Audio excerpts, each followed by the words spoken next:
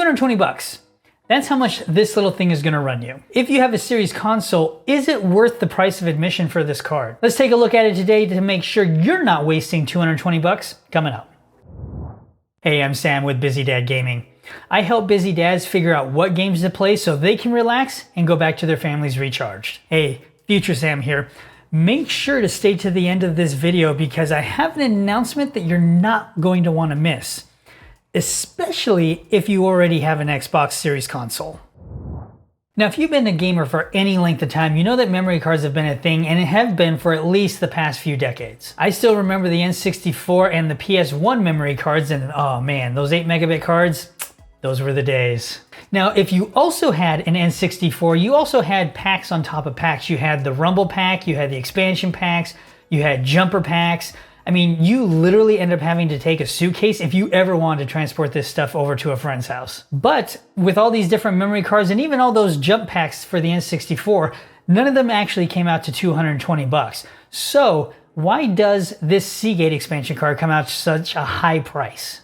To better understand this higher price point, let's go ahead and take a look at both a hard disk drive and a solid state disk drive. These are usually the two different styles of hard drive space that you're going to use for your console, whether it's via USB or like this thing is directly plugged in. Now, a hard disk drive is a physical disk plate. It's usually much slower than SSD, but it does have way higher capacity and for cheaper prices. Now, when it comes to this kind of hard drive, typically from a external storage perspective, you can go ahead and play Xbox all the way through up the One X version of those games, and they'll run just fine. You'll still have those long loading times like you're used to, but that's usually what this particular drive is meant for. Now you also have an SSD, which is a solid state disk drive. And what these do are, it's much faster than a physical drive, way more expensive currently comparative to the hard disk drives. You're also looking at lower drive space in general, and it's a higher price point as a result because you are getting much faster speeds. Now, if you ended up going up to the next level of an SSD, which is an NVMe drive,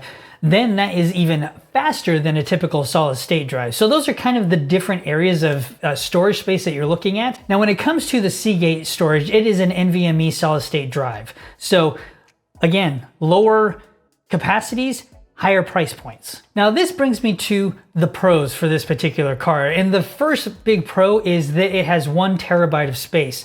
This is much bigger than the Series S console's storage capacity, and it's right on par with the Series X, except you're getting the full terabyte as opposed to having to have space for the OS.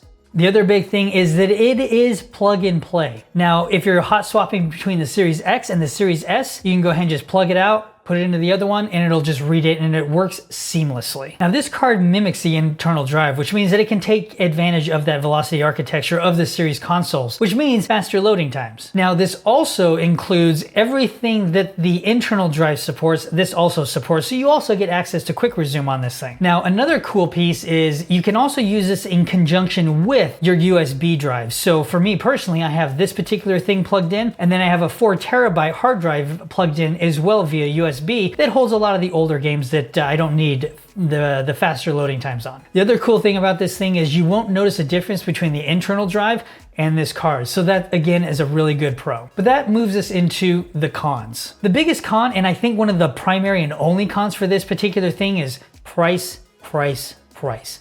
The price on this thing is ridiculous in comparative to the cost of the consoles. Now that does bring us to what this actually means in the real world. So when you're talking about using this thing in the real world, for the most part, it works as advertised. You go ahead, you plug it in, you can load games onto it, it loads just as fast as the internal drive, and it really is an awesome piece of technology. I really enjoy being able to hot swap between consoles because I have the Series X downstairs, I have the Series S upstairs, and sometimes, you know, I just can't play down here, so I go upstairs, I plug this thing in, and I can go ahead and keep playing whatever I was playing at the time without having to worry about it. And my saves, if for whatever odd reason it wasn't stored on the card, cloud save, go ahead and pick up where I left off. Now, one thing that has bugged me, and this isn't necessarily a con, I don't know exactly why it's happening, but sometimes when I leave the card in for an extended period of time, and when I say extended, I'm talking like a couple weeks, then you're looking at, it will say that the connection is not good enough and to reseat the card. Now, this is obviously a first world problem, but sometimes that connection isn't good enough, and so you're having to unseat and reseat the card to get it to read properly. This isn't necessarily a con per se, but sometimes it is kind of irritating, so I just wanted to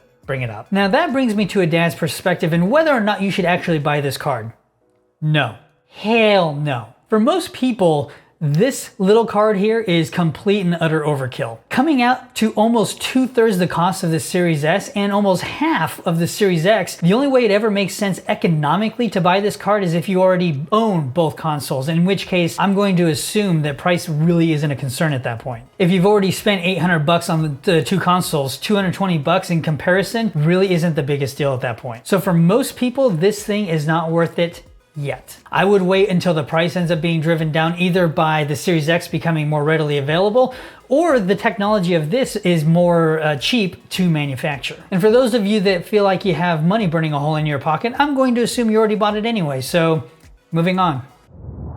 Hey, Future Sam here. To celebrate 1,000 subscriber milestone here at Busy Dad Gaming, we're gonna go ahead and do a little bit of a sweepstake, or giveaway as it were. The prize? A Seagate expandable storage card for the Xbox Series consoles. Now this thing retails for $220 and someone will be getting this thing for free. To enter, make sure to hit that like button and comment below what games you're looking forward to hear in 2021 that you can store on this little drive. You can go ahead and enter as soon as you finish watching this video, and you will have until Friday, August 20th at 6 p.m. Pacific time to get your entry in. After that, you're just kind of SOL'd. Good luck to everybody that enters this giveaway, and I want to thank you so much for supporting this channel, and I'm deeply grateful, and I'm looking forward to how far this channel can evolve and really start to incorporate the community within the videos themselves. So I'm deeply grateful for everything that you have provided this channel,